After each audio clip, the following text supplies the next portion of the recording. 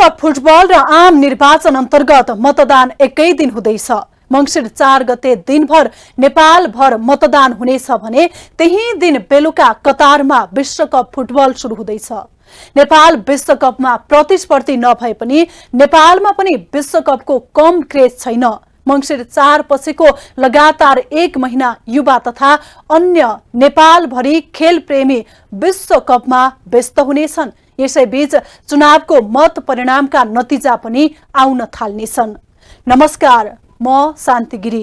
यो हो news at today. राजनीतिक दल तथा उम्मेदवारहरूले बिहीबार अन्तिम प्रचार प्रसार गरेका छन्। राति 12 बजेदेखि चुनाव प्रचार प्रसार गर्न पाइने नभएपछि बिहीबार चुनावी प्रचार प्रसारमा राजनीतिक दल तथा उम्मेदवार जुटेका हुन्। निर्वाचन आयोगले आउँदो आइतबार अर्थात् मंसिर 4 गते हुने चुनावका लागि बिहीबार राति 12 बजेदेखि आचार संहिताले निषेध गरेका कुनै पनि गतिविधि नगराउन राजनीतिक दल, उम्मेदवार र नागरिकहरूलाई सचेत गराएको छ। यस बीचको अवधिमा हुन सक्ने चलखेल तथा आर्थिक प्रलोभनका क्रियाकलाप प्रति पनि निर्वाचन आयोग सजग रहेको छ। मंसिर 4 गते प्रतिनिधि सभा र प्रदेश सभाको निर्वाचन हुँदैछ। निर्वाचनबाट आउँदो 5 वर्षका लागि संघ र प्रदेश सरकारका लागि नयाँ प्रतिनिधि चुनिनेछन्। त्यसैले पनि आफ्नो आफ्नो जित सुनिश्चित पार्नका लागि उम्मेदवारहरू चुनावी प्रचारमा व्यस्त छन्। सबैजसो उम्मेदवारहरू आफ्नो निर्वाचन क्षेत्रमा प्रचार गर्नमा व्यस्त छन्। बिहीबार भने दलले र उम्मेदवारहरूले चुनावी प्रचार गर्ने अन्तिम दिन अर्थात् मंसिर 1 गते राति 12 बजेदेखि मौन अवधि सुरु हुँदैछ। त्यसैले बिहीबार सबैजसो दल र उम्मेदवारले ठाउँ ठाउँमा चुनावी सभा र प्रचार प्रसारलाई बढाएका छन्। निर्वाचन आयोगले मंसिर 1 गते मध्यरातिबाट आचार संहिताले निषेध गरेका कुनै पनि गतिविधि नगराउन राजनीतिक दल र उम्मेदवार अनि सर्वसाधारणलाई सचेत गराएको छ।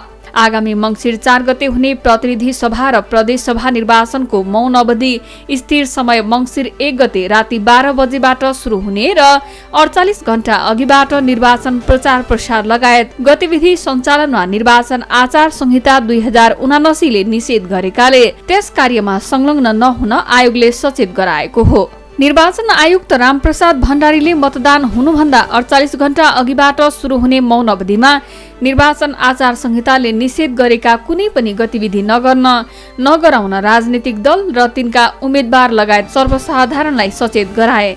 मतदान केन्द्रबाट 300 मिटर वरिपरि कुनै पनि दल वा उम्मेदवारको प्रचार प्रसार सामग्री भए तत्काल हटाउनु पर्ने, निर्वाचनको वातावरण बिथोलिने कुनै पनि किसिमको सभा, सम्मेलन, भोज भतेर लगायत कार्यलाई पूर्ण रूपमा निषेध गरिएको उनले बताए।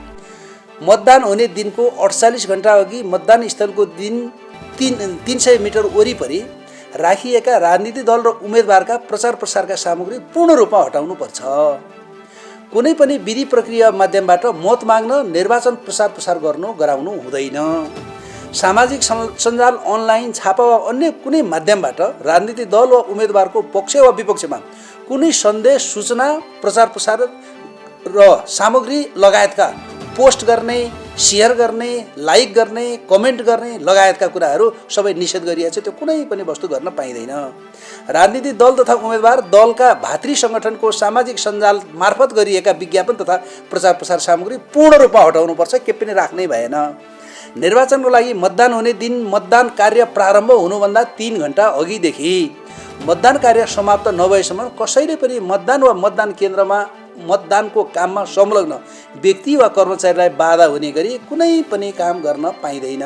निर्वाचन आयुक्त रामप्रसाद भण्डारीका अनुसार यो अवधिमा कुनै पनि विधि र प्रक्रियाबाट मत माग्न, प्रचार प्रसार गर्न र गराउन हुँदैन। सामाजिक सञ्जाल, अनलाइन वा अन्य कुनै पनि छापाबाट राजनीतिक दल वा उम्मेदवारको पक्ष वा विपक्षमा कुनै पनि सन्देश, सूचना प्रसारण तथा सामग्री पोस्ट गर्ने, शेयर गर्ने, लाइक गर्ने, कमेन्ट गर्ने लगायतका सबै कुराहरू निषेध गरिएको उनले जानकारी गराए। राजनीतिक दल वा दलको भातृ संगठनबाट गरिएका विज्ञापन तथा प्रचार प्रसारका सामग्री पूर्ण रूपमा हटाउनु पर्ने उनको भनाइ छ।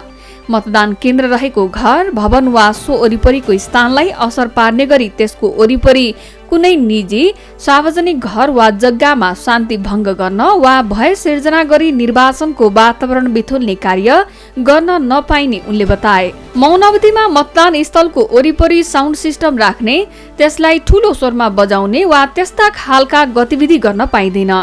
मतदान स्थलको वरिपरि बाजागाजा बजाउने, नाचगान गर्ने, सार्वजनिक भोज गर्ने, जुलुस प्रदर्शन गर्ने वा जुनसुकै किसिमको सभा र समारोह गरेर हुल हुज्जत गर्न वा होहल्ला गर्न पूर्ण रूपमा निषेध गरिएको निर्वाचन आयुक्त भण्डारीले बताए।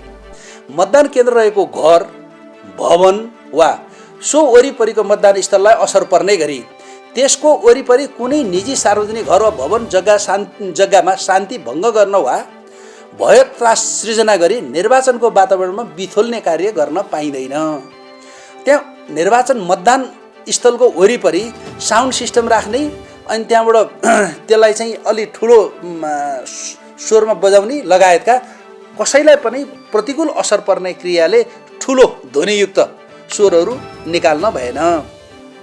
र मतदान स्थलको वरिपरि बाजागाजा बजाउने, नाचगान गर्ने, सार्वजनिक भोज गर्ने, जुलुस प्रदर्शन गर्ने वा जुनसुकै किसिमको सभा वा समारोह गर्न वा हुलहुज्जत वा होहल्ला गर्न पूर्ण रूपमा निषेध गरिएको छ। यदि त्यसरी हुलहुज्जत गर्ने, बाजागाजा बजाउने, नाचगान गर्ने र निर्वाचनको वातावरणलाई प्रतिकूल असर पार्ने क्रिया गर्यो भने त्यो चाहिँ निर्वाचन कसुर तथा सजाय ऐनले पूर्ण रूपमा कारबाही गर्न आयोगले धेरै पटक निर्देशन जारी गरिसकेका छ।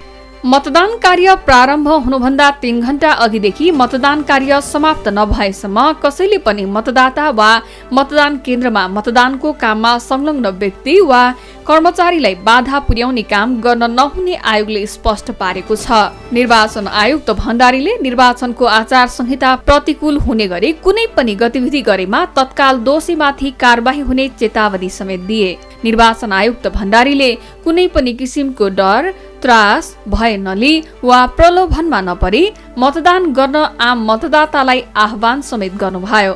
विगतको निर्वाचनको प्रयासलाई हेर्दा निर्वाचन आयोगले मौन अवधि सुरु भएको घोषणा गरे पनि दलहरूले आफ्नो प्रचारलाई भने रोकेको देखिँदैन। उम्मेद्वार र दलहरूले खुला रूपमा प्रचार प्रसार र चुनावी सभालाई कम गरे पनि साँझतिरको समयमा आफ्नो प्रचार गरिरहेकै देखिने गरेको कतिपय सर्वसाधारणहरू बताउँछन्। उनीहरूले निर्वाचन आयोगले मौन अवधि सुरु भएको सूचना मात्रै निकालेर नहुने बताएका छन्। निर्वाचन आयोगले गाउँघर र ओडाहरूमा जनचेतना जगाएर केही जनशक्ति पनि खटाएर मौन अवधिमा प्रचार गर्ने उम्मेद्वारलाई कारबाही गर्नुपर्ने कतिपय सर्वसाधारणले बताएका छन्। सरकारले मंसिर 4 गते हुने प्रतिनिधि सभा तथा प्रदेश सभाको निर्वाचन अन्तर्गतको मतदानको लागि सुरक्षा तयारी मजबुत पारेको छ। यसका लागि गाउँदेखि शहरसम्मका हरेक निर्वाचन स्थल र क्षेत्रमा भयरहित वातावरणमा मतदान सम्पन्न गराउन 4 वटै सुरक्षा निकायलाई निर्देशन दिएको छ।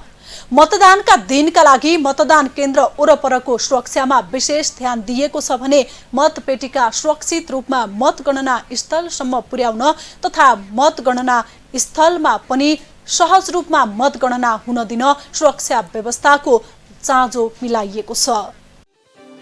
सरकारले आगामी मंसिर 4 गते हुने प्रतिनिधि सभा तथा प्रदेश सभाको निर्वाचनका लागि सम्पूर्ण सुरक्षा व्यवस्थाको तयारी सम्पन्न गरेको जनाएको छ। बुधबार गृह मन्त्रालयले निर्वाचनका लागि गाउँदेखि शहरसम्मका हरेक निर्वाचन स्थलमा भयरहित वातावरणमा मतदान सम्पन्न गराउन सम्पूर्ण सुरक्षा व्यवस्थाको तयारी पूरा गरेको जनाएको हो। मतदान स्थलहरूलाई सामान्य, संवेदनशील र अति संवेदनशील गरी 3 तहमा वर्गीकरण गरेर सुरक्षा व्यवस्था मिलाइएको छ।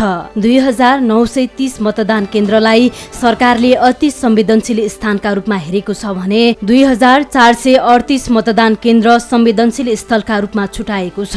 त्यस्तै सरकारले निर्वाचन शान्तिपूर्ण ढंगबाट सम्पन्न गर्नका लागि सीमा नाकामा कडाई गर्नुका साथै शहर, बजार र गाउँ-गाउँमा पनि सिभिल तथा वर्दीमै सुरक्षाकर्मी खटाएको छ।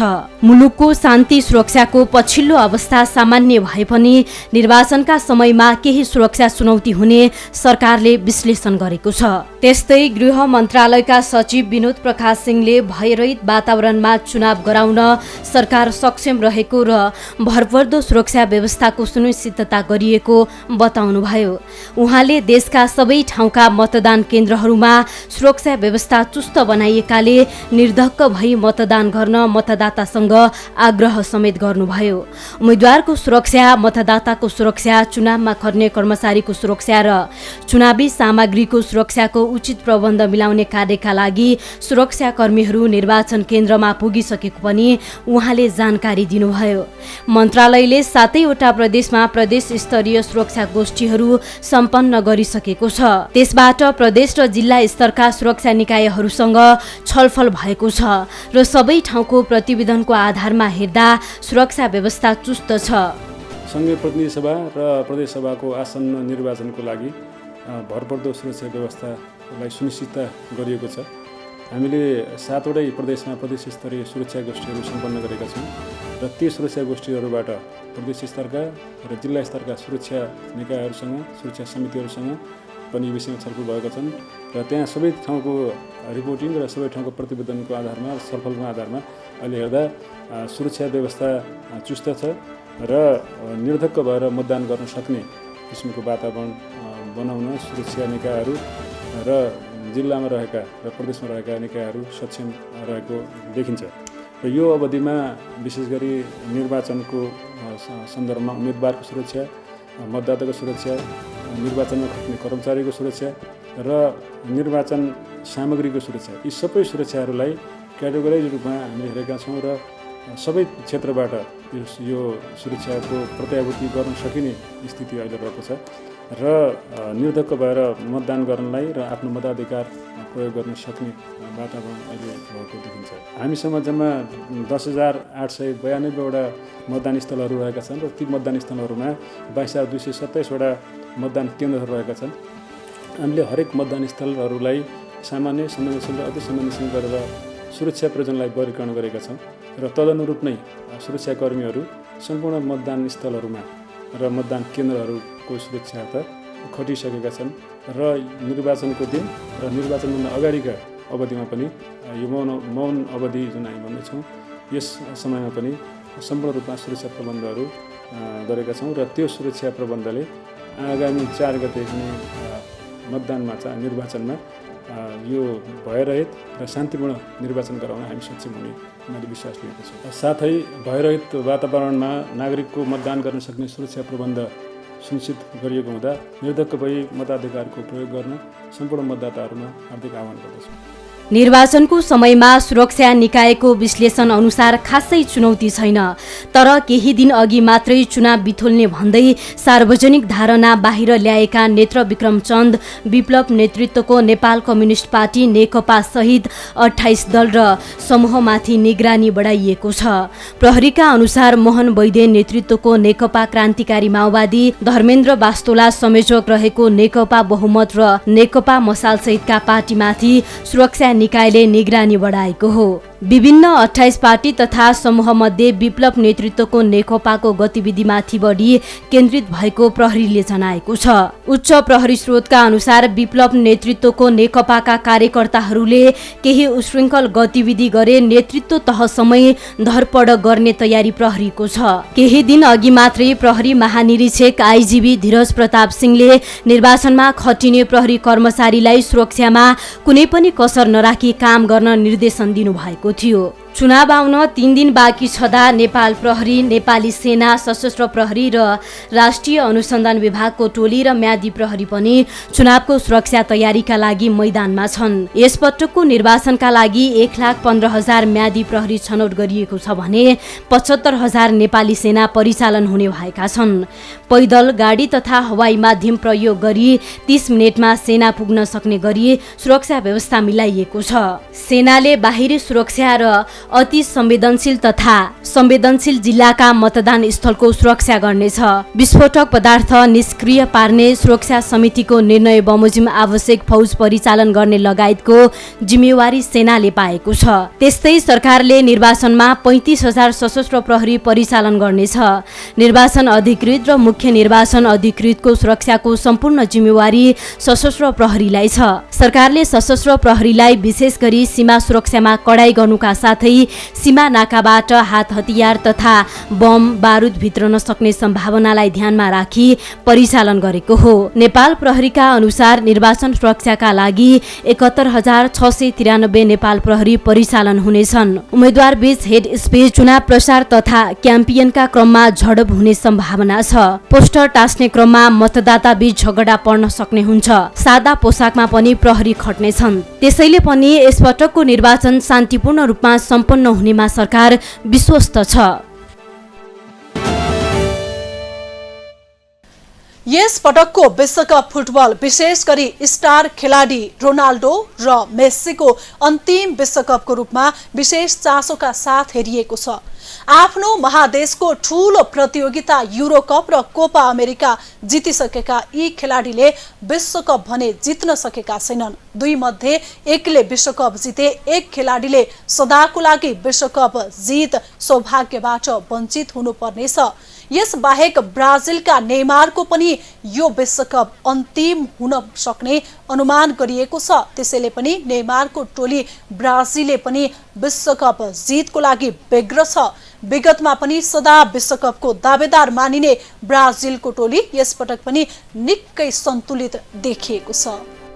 कतारमा आगामी नोभेम्बर 20बाट सुरु हुन लागेको विश्वकप फुटबल सञ्चालन गर्ने फिफाले यसपटक हरेक देशका लागि टेलिभिजन, रेडियो, मोबाइल र इन्टरनेटका लागि छुट्टा छुट्टै राइट्स बिक्री गरेको छ। नेपालमा प्रत्यक्ष प्रसारण गर्ने अधिकार मिडिया हब प्रालीले लिएको छ। नेपालका लागि विश्वकप फुटबल कतार 2022 को लोगो तथा मस्कट प्रयोग, प्रसारण, प्रायोजन तथा प्रतिलिपिको सम्पूर्ण अधिकार मिडिया हब प्रालीलाई मात्रै सीमित रहेको छ। भदौ 31 गते पत्रकार सम्मेलन मार्फत मिडिया हबका अध्यक्ष सोमप्रसाद धितालले नेपालका विभिन्न टेलिभिजनहरूबाट फुटबल लाइभ हुने बताएका थिए। विश्वकप फुटबलको नेपालमा भूसतही, स्याटेलाइट, डीटीएच, केबल, ब्रोडब्यान्ड एवं मोबाइल तथा अन्य विद्युतीय प्रसारणको एकाधिकार प्राप्त मिडिया हबले नै प्राप्त गरेको थियो। नेपालमा विश्वकप प्रसारणका लागि मिडिया हबले शुल्क बुझाएर फिफाबाट अनुमति पाएको हो। आफूले तिरेको रकमको केही अंश दर्शकबाट उठाउने निर्णय गर्दै मिडिया हबले निश्चित शुल्क तोकेको जनाएको थियो। नेपाली टेलिभिजनमा विश्वकप हेर्न सकिने भए पनि अतिरिक्त 500 तिर्नुपर्ने मिडिया हबले बताएको थियो। हरेक 4 वर्षमा हुने विश्वकप फुटबल प्रतियोगिताप्रति नेपालमा पनि चासो र चर्चा बढी हुने गरेको छ। सबैजसो उमेर समूहका नेपाली खेलप्रेमीहरूले विश्वकपका प्रतियोगिताहरू, खेलहरू टेलिभिजनमा प्रत्यक्ष हेर्न रुचाउने गरेका छन्। तर खेल हेर्न नेपालमा 500 रुपैयाँ अतिरिक्त शुल्क तिर्नुपर्ने भनिएपछि त्यसले विवाद उत्पन्न भयो। विश्वकप फुटबल निशुल्क देखाउनु पर्ने जिकिर गर्दै दुई अधिवक्ताले निवेदन दायर गरेका थिए। निवेदनमाथि न्यायाधीश प्रकाशमान सिंह राउतको एकल इजालसले कार्तिक 22 मा विश्वकप प्रसारणको तयारीलाई यथास्थानमा राख्न अल्पकालीन अन्तरिम आदेश जारी गरेको थियो। त्यसपछि भने विश्वकप फुटबल प्रतियोगिताको प्रत्यक्ष प्रसारण हेर्न पाउने वा नपाउने भन्ने विषयमा अन्यल सृजना भएको थियो। अब भने नेपाली टेलिभिजनहरूले विश्वकप प्रसारण गर्न पाउने भएका छन् भने हेर्नका लागि अतिरिक्त रु 500 पनि बुझाउनु पर्ने भएको छ। नेपालमा प्रत्यक्ष प्रसारण हुने वा नहुने भन्ने विषयको अन्यल सर्वोच्च अदालतले अन्त्य गरिदिएको हो। कार्तिक 30 गते न्यायाधीश प्रकाश कुमार ढुङ्गाना र मनोज कुमार शर्माको संयुक्त इजलासले यसअघि सर्वोच्चकै एकल इजलासले दिएको अल्पकालीन अन्तरिम आदेश खारेज गर्यो। यसअघिको आदेश खारेज भएसँगै नेपाली टेलिभिजनले दर्शकसँग अतिरिक्त शुल्क लिएर फुटबल लाइभ देखाउन पाउने भएका हुन्। प्रसारणको अनुमतिका लागि फिफाले हरेक देशलाई जियोलग सहितको अधिकार बिक्री गरेको छ। सामाजिक सञ्जालमा पनि फुटबल प्रत्यक्ष प्रसारण गर्ने केही संस्थाहरू हुन सक्छन्, तर त्यसका लागि अनुमति प्राप्त संस्थाहरूले बाहेक अन्य कसैले पनि गर्न पाउने अधिकार हुँदैन। साथै कुनै पनि संस्थाले प्रसारण गरेको फुटबलको प्रत्यक्ष प्रसारण सम्बन्धित देशमा मात्रै हेर्न पाउने व्यवस्था रहेको छ। कुनै पनि प्रसारण संस्थाहरूले चोरी गरेर झुक्काएर प्रसारण गरेमा फिफाले सामाजिक सञ्जालको आर्टिफिसियल इन्टेलिजेन्सले तुरुन्तै पत्ता लगाउने गरी व्यवस्था मिलाएको छ। यसरी पत्ता लगाएपछि त्यो व्यक्ति वा संस्थाको सामाजिक सञ्जाल बन्द हुने र पछि नयाँ दर्ता गर्न समेत रोक लाग्नेछ। यो विश्वकपमा सामाजिक सञ्जालमा हुने चोरी रोक्नका लागि मात्र फिफा सहित सामाजिक सञ्जालहरूले करोडौं डलर लगानी गरेका छन्।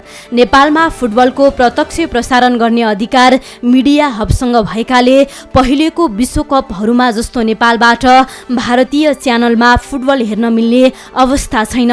त्यसैले यसपटक उपभोक्ताले प्रति सेटअप बक्स 500 रुपैयाँ र सरकारी राजस्व थप गरेर शुल्क तिरेपछि मात्रै फुटबलको प्रत्यक्ष प्रसारण हेर्न सकिनेछ। त्यसो त यसअघि विभिन्न प्याकेज थप गरी विश्वकपको शुल्क जोडिएको हुन्थ्यो। अहिले भने अतिरिक्त शुल्क भनिएकाले यो विषयले थप चर्चा पाएको पनि देखिन्छ। आज रातिदेखि सुरु हुने निर्वाचन अन्तर्गतको मौन अवधि उम्मेद्वार र दलहरूको लागि बेग्र प्रतीक्षा अवसर हुनेछ। मतपेटिकामा मत नहालेसम्म भित्रभित्रै मतदातालाई आफ्नो पक्षमा पार्ने प्रयास जारी रहनेछ। यसबीच आर्थिक चलखेल नहोस् भनेर निर्वाचन आयोग सजग रहेको छ। यसपटक निकै रोचक रहेको निर्वाचनमा मत परिणाम कस्तो आउने हो? मत परिणाम जान्ने घडी आउन अब धेरै समय छैन। यसपटकको निर्वाचनले लामो समयको लागि देशको राजनीतिक भविष्य निर्धारण गर्नेछ। हस्त आजलाई न्यूज एट टुडे यति नै। हामी सबैलाई बिदा दिनुहोस्। नमस्कार।